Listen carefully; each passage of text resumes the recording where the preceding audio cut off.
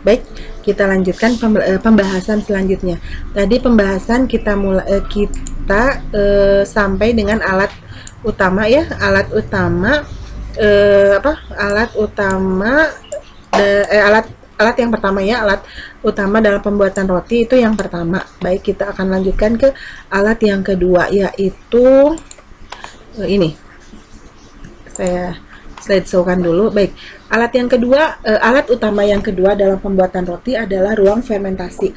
Ruang fermentasi ini atau final proofer ini biasa kalian gunakan di lab. Kalian gunakan di lab, yaitu atau kita sering kenalnya adalah final atau prover gitu ya. Nah, ini fungsinya apa sih sebenarnya gitu. Nah, fungsinya adalah alat ini digunakan untuk mengembangkan proses pengembangan akhir proses fermentasi dalam pembuatan roti. Nah, jadi memang biasanya roti dimasukkan ke dalam prover itu pada saat fermentasi fermentasi akhir atau fermentasi ketiga. Makanya ini disebutkan sebagai pengembangan akhir proses fermentasi dalam pembuatan roti. Nah, dalam prover ini dilengkapi dengan pengatur kelembaban nisbi dan suhu. Apa itu kelembaban nisbi? RH, atau bisa dikatakan pengatur kelembaban atau pengatur kadar air lah di dalam ruangan gitu, seperti itu ya. Nah, dan suhu mana ini alatnya? Nah, ini dia. Nah, ini yang disebut dengan pengatur kelembaban nisbi dan pengatur suhu. Biasanya di bawahnya kita masukkan air. Kenapa ada air di sana? Karena tadi supaya ruangannya tidak kering karena dia panas, supaya ruangannya tidak kering dan dia tetap lembab gitu, dan lembabnya itu bisa diatur, maka di bawahnya kita masukkan air. Makanya ketika kalian menggunakan prover itu jangan lupa lihat air di bawahnya itu masih ada atau tidak gitu kan, seperti itu. Nah, pengaturan kelembaban dan suhu ini sangat penting untuk mencapai kondisi fermentasi yang baik. Baik, saya tanya, kelembaban untuk roti itu berapa persen? Nah, betul. Jadi, kelembaban untuk roti itu adalah 80 sampai 90%. Jadi memang itu jadi 80 sampai 90%. Jadi sekitar 80, 85 itu masih boleh. Nah, kemudian suhunya adalah 40 sampai 45 derajat Celcius. Itu suhu yang optimal untuk fermentasi roti, untuk menghidupkan si Saccharomyces cerevisiae-nya ya.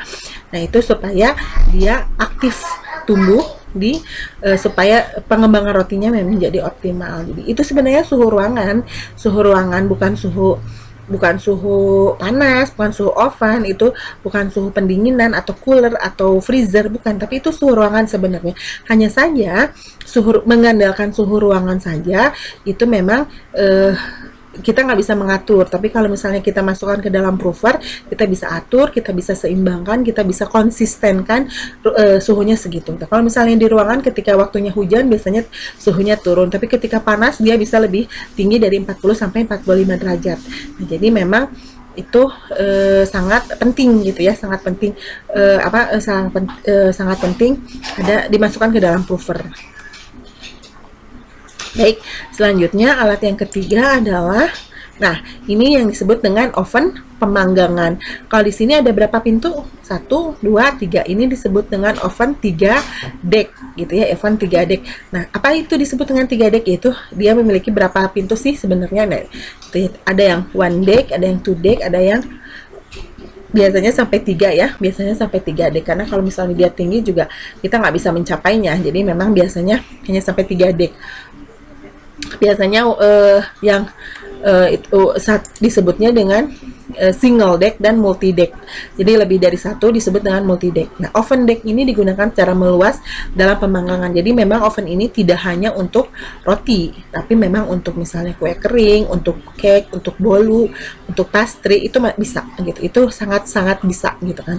Nah, baik pada single deck maupun multi deck, setiap ruangan pemanggangan dilengkapi dengan pemanas dan pengontrol suhu sendiri-sendiri. Jadi ini ada pengontrol pemanas, pengontrol suhu, dan pengontrol waktu masing-masing deck ya, masing-masing. Jadi memang ketika misalnya mana dulu, jadi memang apa maksudnya, tidak harus semuanya. Jadi misalnya yang kita butuhkan hanya satu deck ya, berarti yang atas saja. Oh, kita butuhkan dua deck, berarti hanya satu dua saja, misalnya seperti itu gitu ya. Jadi memang masing-masing dia punya, jadi nggak satu dinyalakan semuanya nyala, nggak seperti itu. Jadi memang kecanggihannya adalah seperti itu. Jadi kalau misalnya kita butuhnya dua ya berarti dua, kalau kita butuhnya satu ya satu gitu kan. Terus misalnya kita nggak usah sama-sama nih masukinnya, jadi waktunya bisa diatur. Satu deck itu bisa berbeda-beda. Misalnya yang satu deck itu misalnya hanya tinggal 1 menit lagi, sementara yang di deck kedua itu baru masuk misalnya, jadi hanya butuh waktu yang lebih lama, itu tidak jadi masalah gitu ya. Oke, selanjutnya, nah tadi alat utama, 3 alat utama untuk pembuatan roti. Yang pertama mixer, yang kedua final proofer, yang ketiga apa? Betul, adalah oven atau pemanggang. Nah, sekarang peralatan pendamping yang digunakan untuk produksi roti apa saja itu? Yang pertama adalah mesin pemotong roti. Sebenarnya ada ya mesin ini untuk mesin pemotong roti atau bread slicer ini digunakan untuk roti tawar. Fungsinya untuk roti tawar supaya dia ketebalannya itu sama gitu ya, ketebalannya sama karena dia dilengkapi dengan pisau gitu ya. Bread slicer ini dilengkapi dengan pisau yang digerakkan oleh dinamo sehingga dia basicnya adalah listrik atau sumber energinya adalah listrik. Nah, tapi sebenarnya untuk ini ada namanya dough divider. Dough divider ini biasanya digunakan untuk rounding juga. Jadi ketika kita gunakan dough divider, alatnya tidak, nanti kapan-kapan saya tampilkan ya. Dough divider ini alatnya jadi dia satu adonan penuh, satu adonan bulatan penuh itu kita masukkan ke alatnya, kemudian kita nyalakan mesinnya, yang keluar adalah sudah bentuk rounding, sudah bentuk bulat-bulat dan seragam gitu ya. Ini jadi tidak perlu lagi ada penimbangan.